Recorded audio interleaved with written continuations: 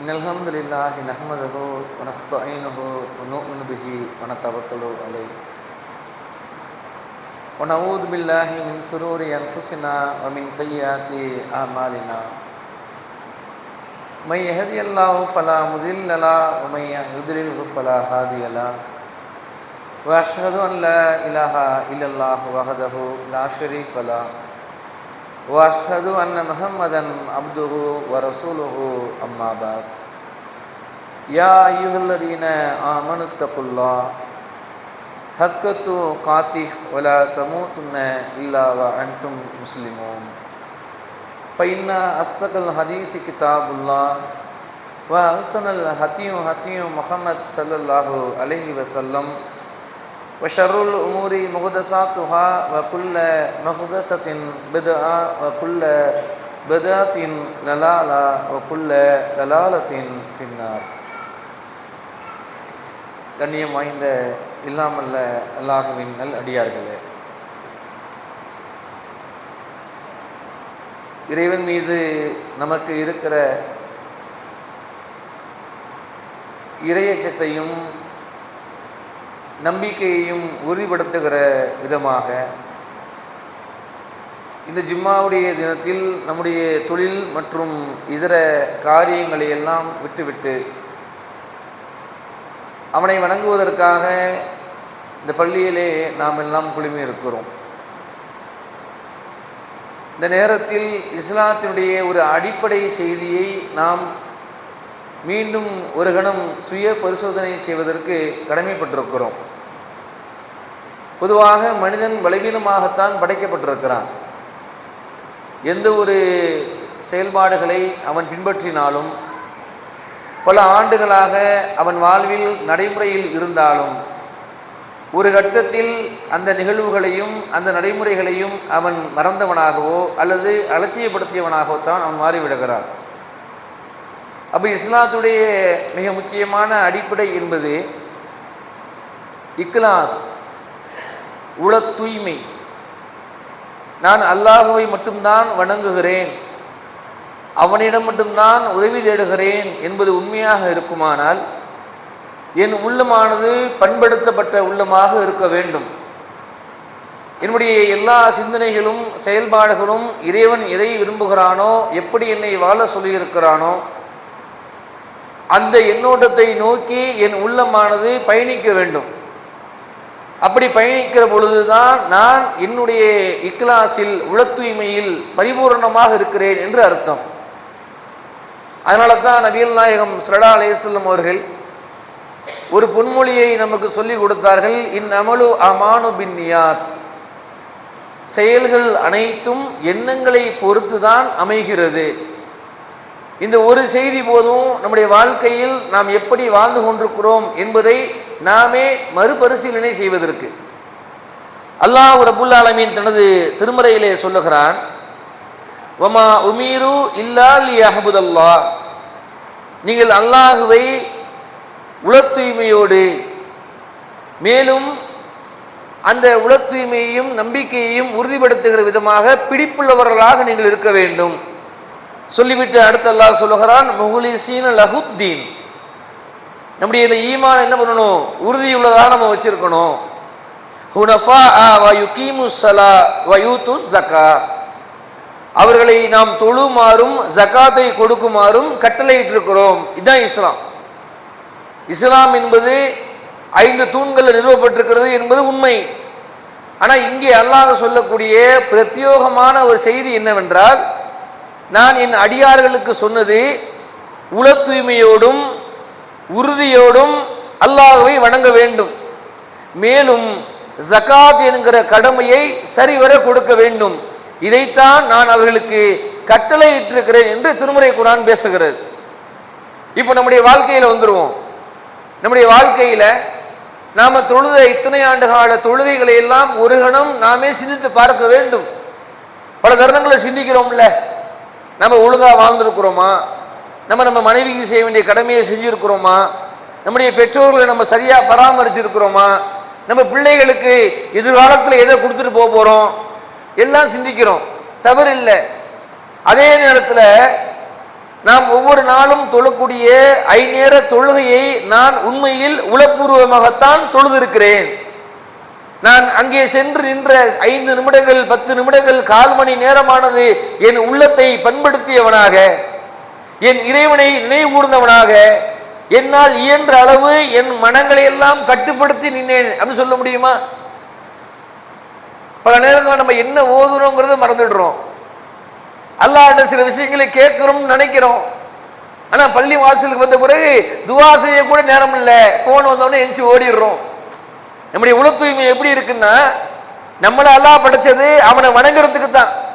ஆனால் நம்ம என்ன வச்சிருக்கிறோம், இந்த தொழுகையை ஒரு ஆப்ஷனாக வச்சிருக்கிறோம். என்ன ஆப்ஷனு? எனக்கு வேலை பொழு அதிகமாக இருந்தால் நான் விரும்பிய நேரத்தில் தொழுதுக்குவேன், அல்லது எனக்கு சும்மா இருக்கிறேன், நண்பர்கள்லாம் ஒன்றா இருக்கிறோம், எல்லோரும் டயத்துக்கு வக்துக்கு தொழுகை போகிறாங்களா, நானும் வக்துக்கு போய் கலந்துக்குவேன். நம்முடைய தொழுகை கூட எப்படி இருக்குன்னா இன்னைக்கு ஆப்ஷனல் ஆயிடுச்சு. அல்லாஹ் சொல்லுகிறான், தொழுகையை அதனுடைய நேரத்தில் நாம் கடமையாக்கி இருக்கிறோம். நேரம் குறிப்பிடப்பட்ட கடமை. அதுல பெண்கள் ரொம்ப பலவீனமானவர்கள். எந்த பெண்கள் யோசித்து பாருங்கள், நம்முடைய குடும்பத்தில் நம்முடைய மனைவி மக்களோ, நம்முடைய பெற்றோர்களோ, நம்முடைய பிள்ளைகளோ பள்ளிவாசல பாங்கு சொல்லப்பட்ட பிறகு சரியான அந்த நேரத்தில் தொழுதுறாங்களா? இல்லை. சரி, நம்ம தொழுதுறோமா? இல்லை. அப்ப எந்த அளவுக்குன்னா நம்மிடத்தில் இருக்கிற அந்த உள தூய்மையானது பலவீனமடைந்து ஒரு கட்டத்தில் தொழுகையை விட்டே நம்மை தூரப்படுத்தி விடுகிறது. அதுதான் இங்க பிரச்சனை. இக்லாஸ் பர்ஃபெக்டா இருந்துச்சு அப்படின்னா எல்லாம் பர்ஃபெக்டா நடக்கும், முயற்சிகள் நடக்கும். இங்க பிரச்சனை என்ன? முயற்சிகளே நடக்க மறுக்கிறது. அதனால தான் அல்லாஹ் ரப்புல் ஆலமீன் திருமறை குர்ஆனில் ஒரு செய்தியை சொல்லுகிறான், இன்னல் முனாஃபிகீன யுஹாதிஊனல்லாஹ வ ஹுவ ஹாதிவுஹும், நயவஞ்சகர்கள் அல்லாஹ்வை ஏமாற்ற நினைக்கிறார்கள். யுராவுனன் நாஸ, அவர்கள் தொழுகையை தொழுகிறார்கள். எப்படி தெரியுமா தொழுகிறாங்க? சோம்பேறிகளாகவும் மக்களுக்கு காட்டுவதற்காகவும் தொழுகிறார்கள். இந்த ஒரு செய்தியை நம்ம உள்ளத்தோட உரசி பாருங்க. இங்க அல்லாஹ் சொன்ன இந்த வசனம் நமக்கே சொன்ன மாதிரி இருக்குதா இல்லையா? நான் அந்த பட்டியலில் விழுந்துருவேனா, விழாம உறுதியா நிக்கிறேனா? சொல்லிவிட்டு அடுத்து அல்லாஹ் சொல்கிறான் அதே செய்தியில, அவர்கள் குறைவாகவே அல்லாஹ்வை நினைக்கின்றார்கள். நம்முடைய நினைப்பு எப்படி ஆயிடுச்சுன்னா ரொம்ப குறைவு. ஒரு நாளைக்கு நம்ம அல்லாஹ்வை எத்தனை தடவை நினைக்கிறோம், எத்தனை தடவை சிந்திச்சு பார்க்கிறோம் அப்படின்னு நம்ம தான் யோசித்து பார்க்கணும். ஏன் அப்படின்னா அல்லாஹ் தனது திருமறையிலே சொல்லுகிறான், தர்மம் செய்தவர்களுக்கான உதாரணம். இது எல்லாத்தையும் நம்ம கொண்டு வந்தாதான் நம்முடைய வாழ்க்கையில குறைந்தபட்சம் மிக முக்கியமான கடமையான இந்த தொழுகையும் தான தர்மமாவது சரி செய்ய முடியும். தர்மத்தை இங்க எல்லாம் உதாரணம் காட்டுறான். என்ன உதாரணம்? ஒரு வழுக்கு பாறை இருக்கிறது, அந்த பாறை மேல தூசி படிந்து இருக்கிறது. இது உள தூய்மை இல்லாமல் தான தர்மம் செய்த மனிதர்களுக்கு இறைவன் சொல்லுகிற உதாரணம். ஒரு லேசா மழை பெய்த உடனேயே அந்த தூசி அந்த பாறையில் இல்லாம ஆயிடுது. இது மாதிரி தான் யாரெல்லாம் இறைவனுக்கு அஞ்சி இறைவன் மீது நம்பிக்கை வைத்து தான தர்மங்களை தரவில்லையோ, பெருமைக்காக கொடுத்தார்களோ, அவர்களுக்கு உதாரணம் இந்த வழுக்கு பாறையாம். அடுத்து இக்லாசோடு தான தர்மம் செய்கிற அந்த அடியார்களுக்கு ஒரு உதாரணம் சொல்றான் அல்லாஹ். என்ன உதாரணம்? ஒரு மலை உச்சியில் இருக்கிற ஒரு தோட்டம், அந்த தோட்டத்துல நல்ல மழை கிடைத்தால் அப்படியே அதனுடைய அந்த விளைச்சல் 2 மடங்காக இருக்கிறது. சில நேரங்களில் மழையே இல்லாமல் லேசான தூறல் இருந்தாலும் அது விளைந்து விடுகிறது. இது யாருக்கு உதாரணம்? உள தூய்மையோடு தான தர்மங்களை செய்கிற அந்த அடியாருக்கு உதாரணம். இப்ப இந்த 2 விஷயத்தை எடுத்துக்குவோம், தொழுகையையும் தர்மத்தையும் எடுத்துக்குவோம். உண்மையிலேயே இத்தனை ஆண்டு காலமாக நாம் செய்திருக்கிற ஒவ்வொரு ரூபாய் தர்மங்களையும் அல்லாஹ் நமக்கு பரிசாகவே குடித்து விடுவான் என்கிற நம்பிக்கை நமக்கு இருக்கிறதா? யாருக்கோ வேணாங்க, நம்மளை பற்றி யாரும் சர்டிபிகேட் தர வேணாம். என் மனைவி என்னை பத்தி புகழ வேண்டாம், என் குடும்பத்தார்கள் என்னை பத்தி பெருமையாக பேச வேண்டாம், என்னுடைய ஜமாத்தார்கள் என் சமூகத்தார்கள் யாரும் எனக்காக பரிந்து பேச வேண்டாம். ஒவ்வொருத்தருக்கும் உள்ளம் இருக்கிறது, ஒவ்வொருத்தருக்கும் சிந்தனை இருக்கிறது. நாமே நம்மை பற்றி யோசித்து பார்ப்போம். நான் இத்தனை ஆண்டு காலம் தொழுத தொழுகையும் நான் செய்த தான தர்மங்களையும் அல்லாஹ் பரிபூர்ணமாக்கி விடுவான். நம்பிக்கை இருந்தா ஜெயிச்சிருவீங்க. இல்ல, நமக்கே தெரியுது பல தருணங்கள்ல நம்ம தர்மம் செய்வதில் சுடங்கை அடைகிறோம், வழக்க வழிபாடுகள்ல அதிலும் குறிப்பான கடமையான தொழுகையில பலவீனமா இருக்கிறோம்.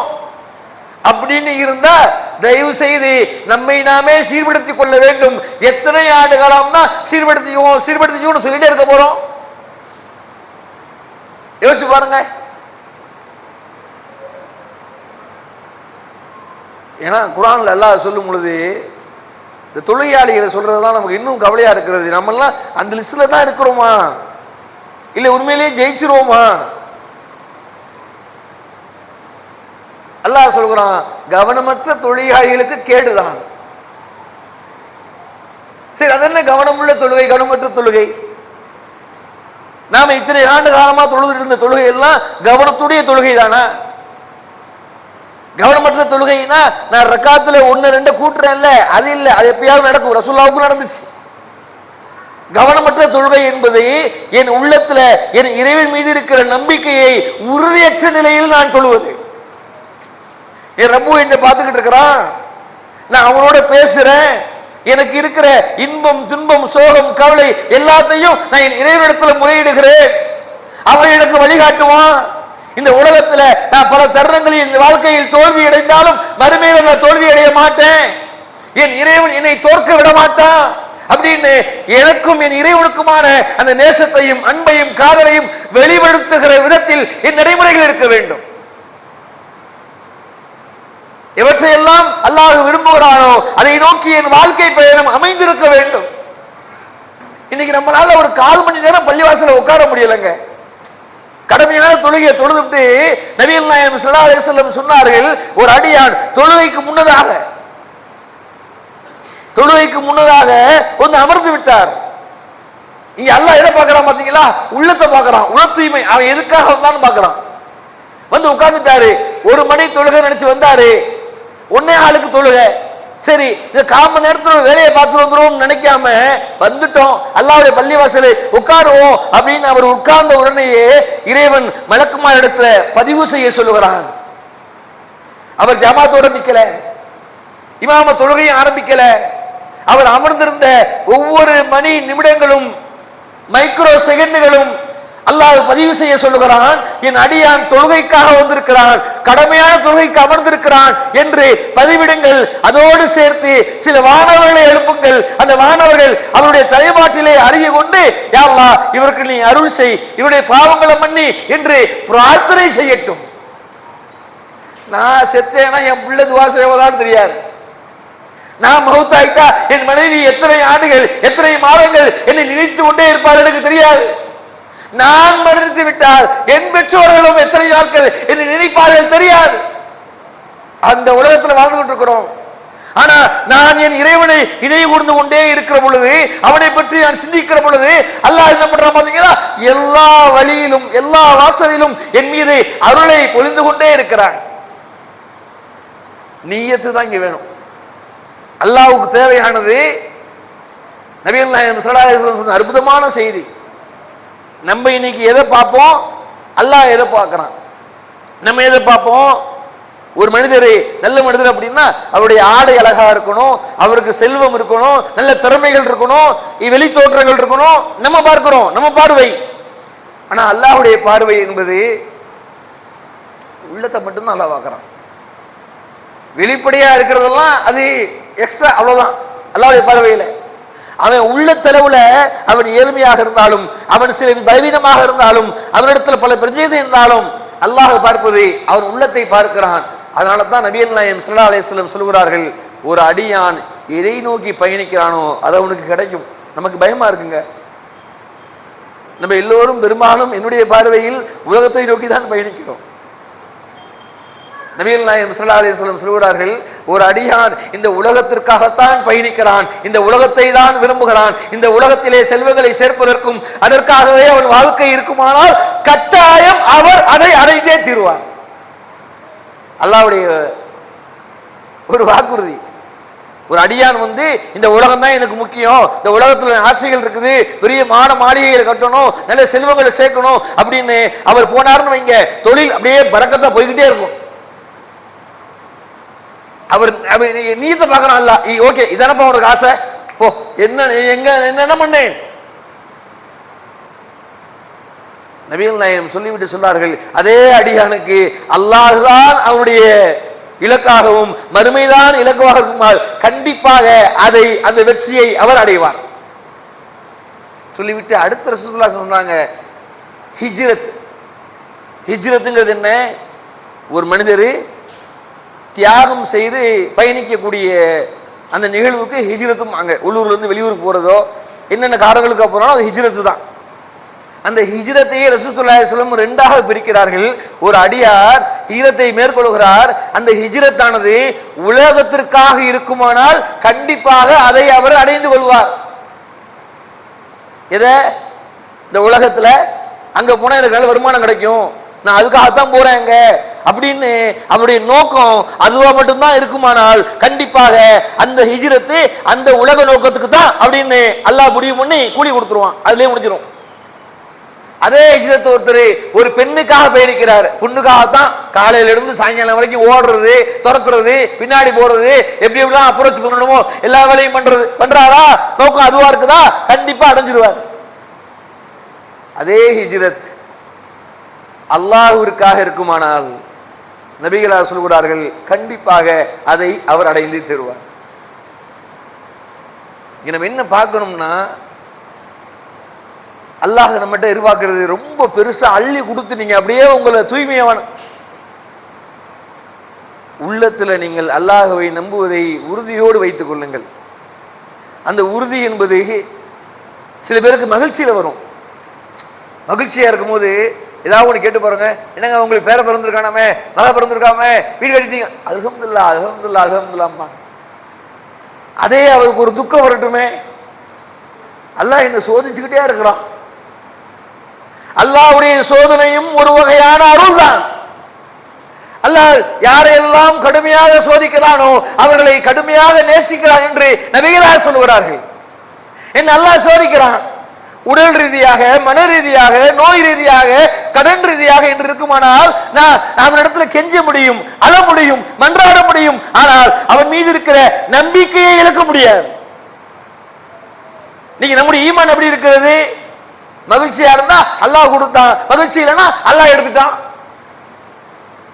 சரி எடுத்துட்டான் கொடுத்தான்பா, நம்பிக்கை இருக்கா இல்லையா அப்படின்னா இல்ல இருக்கு, செய்யறோம். பலவீனமான ஈமான். அந்த நிலையிலிருந்து அல்லாஹ் நம்மை காப்பாற்ற வேண்டும். லுக்மான் என்கிற ஒரு நல்லடியார் தன் மகனுக்கு சொன்ன அறிவுரையை திருமுறை குர்ஆன் நமக்கு ஒரு உதாரணமாக காட்டுகிறது. தன் மகனை அழைத்து சொல்கிறார், என் அருமை மகனே, கடுகு விதையளவு நம்ம நம்பிக்கையை உறுதிப்படுத்துறதுக்கு, நம்மளை அல்லாஹ் கைவிட மாட்டான் நம்புறதுக்கு, நம்முடைய இக்லாஸை நம்ம இன்னும் மெருகேற்றத்திற்கு இறைவன் சொல்லுகிற அற்புதமான ஒரு செய்தி. கடுகு விதையளவு, கடுகு எப்படி இருக்கும், அதோடைய விதை எப்படி இருக்கும்? அந்த விதையளவு ஒரு பொருள் வானத்திலோ பூமியிலோ இருந்தால் அதை அல்லாஹ் அறிவான், அதை அல்லாஹ் கொண்டு வரும் நினைச்சா வெளியே கொண்டு வருவான். அந்த மாதிரி என் வாழ்க்கையில் எனக்கான பரக்கத்தையும் எனக்கான நிம்மதியையும் எனக்கான எல்லாவற்றையும் அல்லாஹ் தருவான் என்று நான் உறுதியாக நம்பினால் அல்லாஹ் தருவான். இல்ல எனக்கு டவுட் தான், எனக்கு இருக்கிற நம்பிக்கையில கொஞ்சம் அப்படியே ஆசிரியர் இருக்கிறேன், தோத்துருவோம். அதுக்கு ஒரு உதாரணம் நபிகளார் சொன்னார்கள். ஒரு அடியான் அல்லாஹ்விடத்தில் கையேந்துகிறார். கையேந்தி விட்ட அந்த அடியார், நான் இவ்வளவு நாளா கேட்கிறேன், இன்னும் அல்லாஹ் அதுக்கு ஒரு வழியை கொடுக்கலன்னு நம்ம சொல்லாத வரைக்கும் அல்லாஹ் காத்திருப்பான். சொல்லிட்டா இவ்வளவு நாள் இவ்வளவு ஆண்டுகள் கேட்ட பிரார்த்தனையை டெலிட், அவ்வளவுதான், முடிஞ்சு, திரும்ப ஜீரோ தான். அந்த நிலையிலிருந்து அல்லாஹ் உங்களையும் என்னுடைய ஈமானையும் காப்பாற்ற வேண்டும். நம்முடைய ஒவ்வொரு செயல்பாடுகளிலும், தர்மங்களிலும், தொழுகையிலும் நான் அல்லாஹ்விற்காக மட்டும்தான் செய்கிறேன், நான் யாருக்காகவும் செய்யல. என்னுடைய பொருளாதாரத்தில் நான் செலவு பண்றதா இருக்கட்டும், நான் நேரம் தொழுவதாக இருக்கட்டும், என்னுடைய சிந்தனைகள் செயல்பாடுகள் எதுவாக இருந்தாலும் என் மன்னரையை நோக்கியும் மறுமையை நோக்கிய பயணத்திற்காக செய்கிறேன். இவை அனைத்தும் அல்லாஹ் மீது நான் வைத்திருக்கிற நம்பிக்கைக்காக மட்டும்தான் செய்கிறேன் என்கிற சிந்தனையை அல்லாஹ் உங்களுக்கும் எனக்கும் தர வேண்டும் என்று சொல்லி முதல் உரையை துவங்குகிறேன்.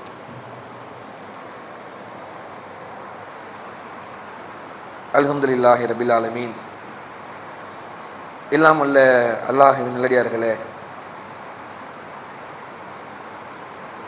நபிகள் நாயகம் ஸல்லல்லாஹு அலைஹி வஸல்லம் அவர்கள் சொன்ன அடிப்படையில் நபிகளார் சொன்னார்கள், உடலில் ஒரு சதை துண்டு இருக்கிறது, ரொம்ப கஷ்டமானது. உடலில் ஒரு சதை துண்டு இருக்கிறது, அந்த சதை துண்டு சீர்பெற்று விட்டால் உடல் முழுவதும் சீர்பெற்று விடும். அது சீர் உழைந்தால் உடல் முழுவதும் சீர்குலைந்து விடும். அலா வகையில் கல்பு, அதுதான் உள்ளம் என்றார்கள்.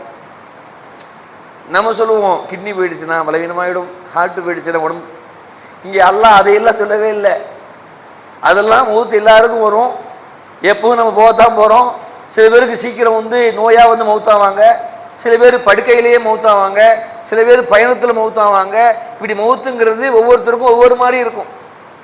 ஆனால் இங்கே அல்லாஹ் பலவீனம் என்று சொல்லுவது உடல் ரீதியாக நாம் அடைகிற பலவீனத்தை இல்லை. இங்கே அல்லாஹ் சொல்கிற பலவீனம் என்பது உங்களது உள்ளம் ஒன்று இருக்கிறது. அந்த உள்ளம் எந்த அளவிற்கு பர்ஃபெக்டாக சரியாக மாற்ற வேண்டும் என்று நீங்கள் நினைக்கிறீர்களோ அது நம்ம கையில் அல்லாஹ் ஒப்படைச்சுட்டான். நீங்கள் அதுக்கு முயற்சி பண்ணணும், அந்த உள்ளத்தை சரி பண்ணணும். அந்த உள்ளத்தை சரி பண்ணாதான் நம்முடைய பார்வையிலிருந்து நம்மை நாம் கட்டுப்படுத்த முடியும். அந்த உள்ளத்தை சீர்படுத்தினால்தான் போதை வஸ்துக்களிலிருந்து நம்மை நாம் பாதுகாக்க முடியும். அந்த உள்ளத்தை சீர்படுத்தினால்தான் விபச்சாரம் போன்ற மானக்கேடான காரியங்கள் நம்மை பாதுகாக்க முடியும். அந்த உள்ளம் சீர்பெற்றால்தான் இந்த உலகத்தில் நாம் சம்பாதிக்கிற பொருளாதாரத்தை ஹலால் முறையில் நாம் ஆக்கி அமைக்க முடியும். அந்த உள்ளம் சீர்பெற்றால்தான் நாம் இரவு பகலாக உழைத்து சம்பாதித்த அந்த பொருளாதாரத்தை தர்மமாக கொடுக்கிற பொழுது கூட அதனுடைய பிரதிபலன் மறுமையில் நமக்கு கிடைக்கும். எல்லாத்துக்கும் ஒரு பாயிண்ட்ல ரசூலுல்லாஹ் முற்றுப்புள்ளி வச்சாங்க. அல்லாஹ் வஹியல் கல்பு, அதுதான் உள்ளம். நாங்க அது ரொம்ப நம்ம கவனிக்கணும். இனி வரும் காலகட்டங்களிலாவது நம்முடைய வாழ்க்கை எப்படி இருந்தது, நம்முடைய சிந்தனை எப்படி இருக்கிறது, நம்முடைய வணக்க வழிபாடு எப்படி இருக்கிறது, நாம் உண்மையில் இறைவனுக்கு பயந்துதான் வாழ்ந்து கொண்டிருக்கிறோமா அல்லது இந்த உலக ஆசையில் உலகத்திற்கு வாழ்ந்து கொண்டிருக்கிறோமா என்பதையெல்லாம் ஒரு கணம் உரசி பார்த்து சீர் செய்து கொள்வோம். வாகரதமான ரப்புல் ஆலமீன். அஸ்ஸலாமு அலைக்கும் வரஹ்மத்துல்லாஹி வபரகாத்துஹு.